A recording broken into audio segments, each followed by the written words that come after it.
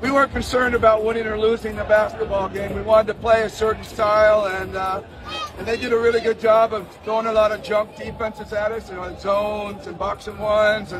Ka-Express, hindi mo ba nahalata na si Coach Tim Cone lang ang hindi nabahala sa mga sunod-sunod na talo ng Gilas sa invitationals at sa qualifiers? Well, ito kasi ang nasa kanyang isip. Mahilig si Coach Tim na magpa-underdog. Kahit sa PBA na napakalakas ng kanyang lineup, ay palagi siyang nakakita ng rason upang makonsider na underdog sa anumang series. Ito ang perfected art na ni Coach Tim, especially kapag lahat nakatutok na sa kanyang team. He made sure na mawala ito. Sa case ng Gilas, after natin tinalo ang New Zealand at Chinese Taipei by 50 points, ay mukhang lumabas na naman ang strategy ni Coach Tim Cone. Remember, bago ang final window sa qualifiers, ay he kept on saying na hindi panalo ang kanilang pakay kundi ang pagkakaroon ng extra practice time in preparation na sa FIBA World Cup. Well, ito ang hindi naintindihan ng lahat. Hindi nalalaman ng buong Asia at malalaman lang nila ito ngayong FIBA Asia Cup na siguradong mapapamura na lang ang buong Asia sa galing ng Gilas. Muling makikita ng buong Asia at Oceania ang totoong lakas ng sistema ni Coach Tim sa opensa at sa depensa. And take note, while it is true na mahalaga ang bawat players, pero under Coach Tim, mas mahalaga sa kanya ang mga players na alam ang kanyang system like the back of their palm. Yung tila ba second nature na ang mga galawan at reactions sa bawat situations. Ito talaga ang sandigan ni Coach Tim and it shows sa kanyang napakaraming championship. Ito ang dapat mong malaman, napakatagal ng coach sa PBA ni Coach Tim, pero iilan lang ang mga imports na nakapaglaro sa kanya. Kahit hindi masyadong magaling ng mga imports, pero na-integrate niya sa kanyang sistema, ay lumalabas talaga ang kanilang galing, tulad ni Justin Brownlee na isang unknown, pero look at him now. Ka-Express, napansin mo ba? Sa dami ng batikos at panghihinayang ng mga fans sa sunod-sunod na talo ng Gilas Pilipinas, sa mga invitational games at sa qualifiers, may isang tao lang talaga ang nananatiling kalmado, parang walang pakialam, si Coach Tim Cone. Sa mga panahong hinahanap ng lahat ang sagot, kung bakit ganito ang performance ng Gilas, siya lang ang tahimik, parang may alam na hindi alam ng karamihan. At totoo nga Ka-Express, meron siyang plano. Isang malupit na strategy na sa unang tingin ay parang walang direksyon. Pero sa totoo lang, lahat ng ito ay parte ng mas malawak na plano. Kung akala mo na dismaya siya sa mga pagkatalo, nagkakamali ka. Dahil sa isip ni Coach Tim, ang tunay na laban ay hindi pa nagsisimula. Ang tunay na laban ay sa FIBA Asia Cup at ang mga pagkatalo natin, parte lang ng kanyang chess move. Hindi na bago sa mga nakakakilala sa kanya ang estilo ni Coach Tim.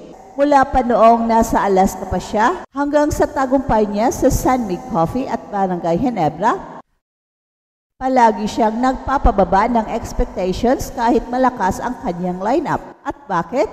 Dahil gusto niyang alisin ang pressure, gusto niyang pumasok sa laban na parang underdog para kapag nanalo, mas malaki ang impact. Mas nakakagulat, mas nakakabigla. At ito ang perfected strategy niya sa PBA at ngayon ginagamit niya na rin sa international stage.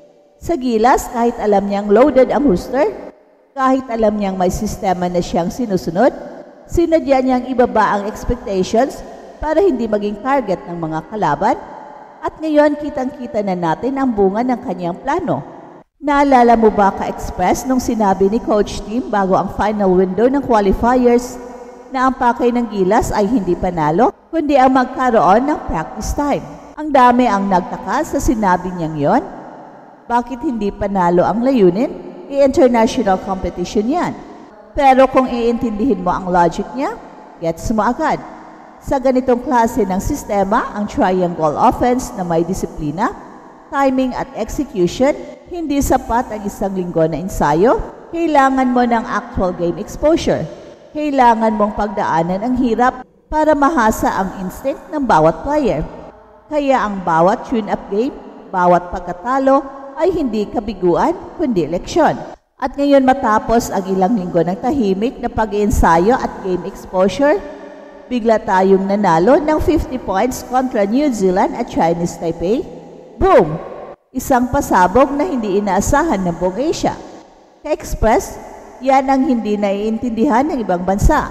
Ang akala nila, yung gilas na talunan noon, ayun na ang buong potential ng team.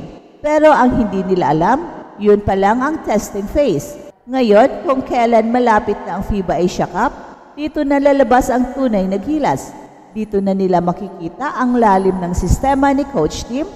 Dito na nila makikita ang disiplina, ang control at fluidity ng opensa at depensa ng isang team na hindi lang umaasa sa talento, kundi sa team execution. Dahil sa ilalim ni Coach Tim, hindi sapat ang individual brilliance. Ang kailangan sa kanya ay mga players na alam ang sistema tulad ng paghinga nila. Mga galaw na hindi na iniisip kundi instinct na. At ito ang sekreto niya ka-express. Kaya kung titingnan mo ang lineup ng Gilas ngayon, mapapansin mo, karamihan ay mga players na matagal na niyang nakasama. Sina Scotty Thompson, Japit Aguilar, Jamie Malonzo, Seiji Perez, mga players na may familiarity na sa cone system. Hindi ito coincidence, ito ay sinadya dahil mas pinili ni Coach Tim ang mga players na marunong gumalaw as one unit kaysa mga superstar na naglalaro mag-isa. Kahit si Justin Brownlee, hindi siya kinuha dahil lang sa kanyang galing. Kinuha siya dahil alam niyang kayang-kaya ni Justin Brownlee i-absorb ang sistema. At ngayon, kita mo naman ang resulta. Hindi na siya import lang ka-express, isa na siyang naturalized na leader sa loob ng court, tahimik pero deadly. At hindi lang sa opensa mo makikita ang epekto ng sistema ni Coach Tim. Sa depensa pa lang, ibang klase na ang adjustment ng Gilas, mabilis ang rotation, laging nasa tamang pwesto, at bawat help defense ay sakto sa timing. Ito ang klase ng basketball na mahirap sabayan kung wala kang disiplina. At dito, sobrang lamang ang Gilas, kaya nung binumba natin ng 50 points ang Chinese Taipei, hindi lang ito dahil sa shooting spree, ito ay bunga ng complete domination. Mula opensa hanggang depensa, mula sa unang minuto hanggang sa huli, ito ang klase ng basketball na hindi lang pang PBA, pang international to ka-express. Ngayon isipin mo, kung ganito kaganda ang laro ng Gilas sa final window pa lang, paano na kaya sa mismong FIBA Asia Cup? Doon na tayo magpapakita ng all-out performance. Doon na lalabas ang full version ng cone system. At ang buong Asia hindi handa para dito. Dahil kung nagulat na sila sa 50-point blowout, mas mapapamura pa sila kapag nakita nila ang tunay na Gilas. At eto ang Express Info na kung saan bawat kwento ginulat ang mundo. Don't forget to like and subscribe.